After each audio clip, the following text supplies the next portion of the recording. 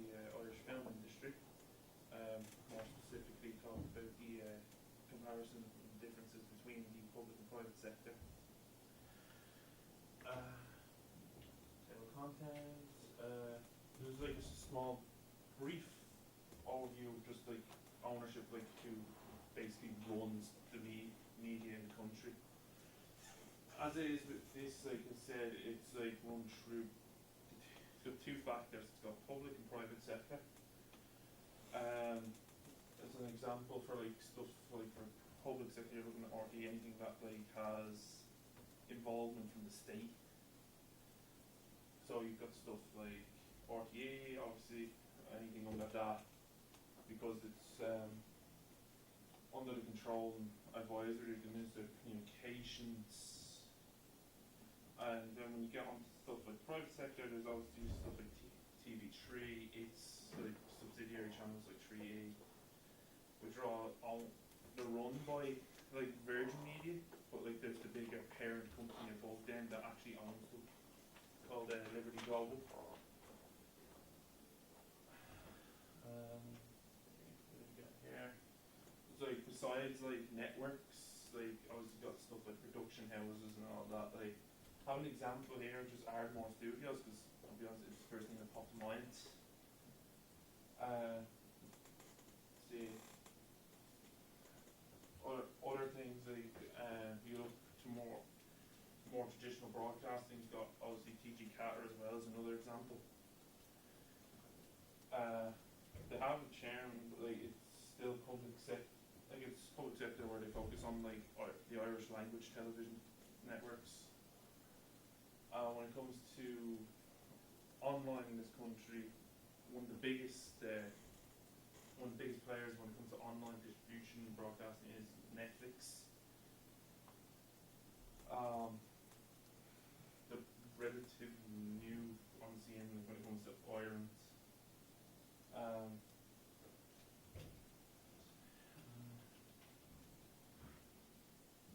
You get this like on the grander scale of things, when you look at like the Irish television and film industry, a lot like it's not like something like a simple pop-up kind of industry. It's like it's very well recognized across the whole world.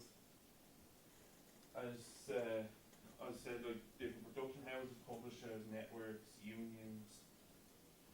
And notable examples, as I said, like just back to the previous points, just like Ardmore, RTA. Another one would be Satanta.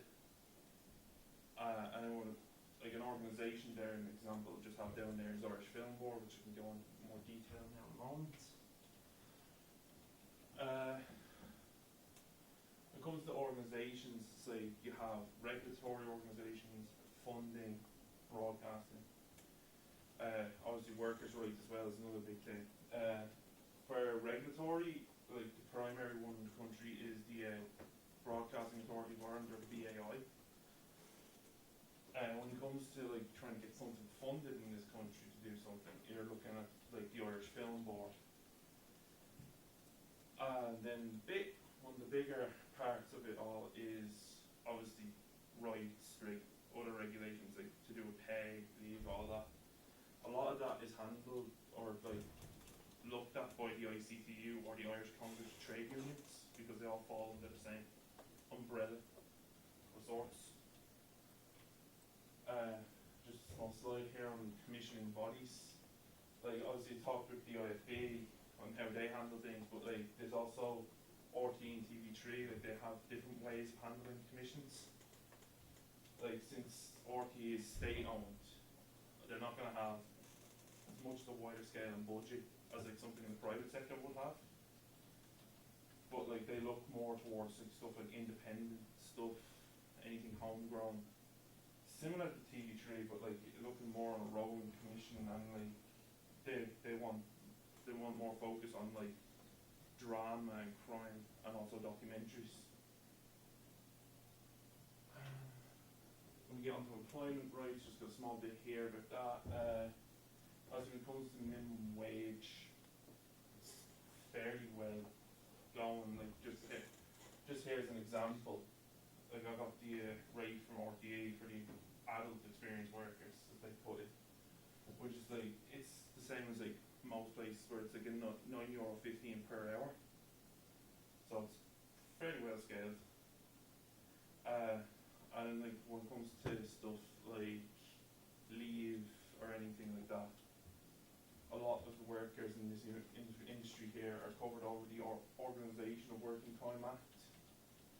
So just under that, like an example is like, say an employee has worked like at least about 1,300, 1,400 hours in like within a year, they are entitled to like about a 4-week leave.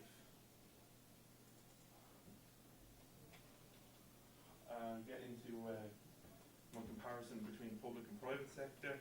For public sector, I've chosen RTA. Just got a small bit of history here about them. There's Ireland's National Public Service Media. Like they focus on a lot of they want the cost-effective stuff, considering that like there's less budget because the state. Yeah, now, but they're, as it says here, is looking at stuff like, obviously they want stuff that's informative, they want cost efficiency, free to air stuff. As for how they fund it through the state, it's obviously through what's given to them through the state, license fees, like obviously the TV license. There's commercial revenue from like advertisements and product placements and shows that they actually produce.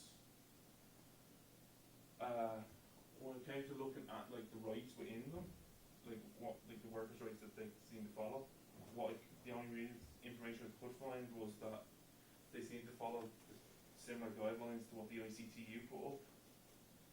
As for pay though, like I don't have it here on the slide, but like as pay, it's kind of, they just go, I guess in the earlier slide, it's just they go with the standard rates. Like I had this example here of about, say, for an operator on a large scale thing, it's about €2,000, but like that's like, it's the most recent card I can find, and it's like from the IFTN from 2010.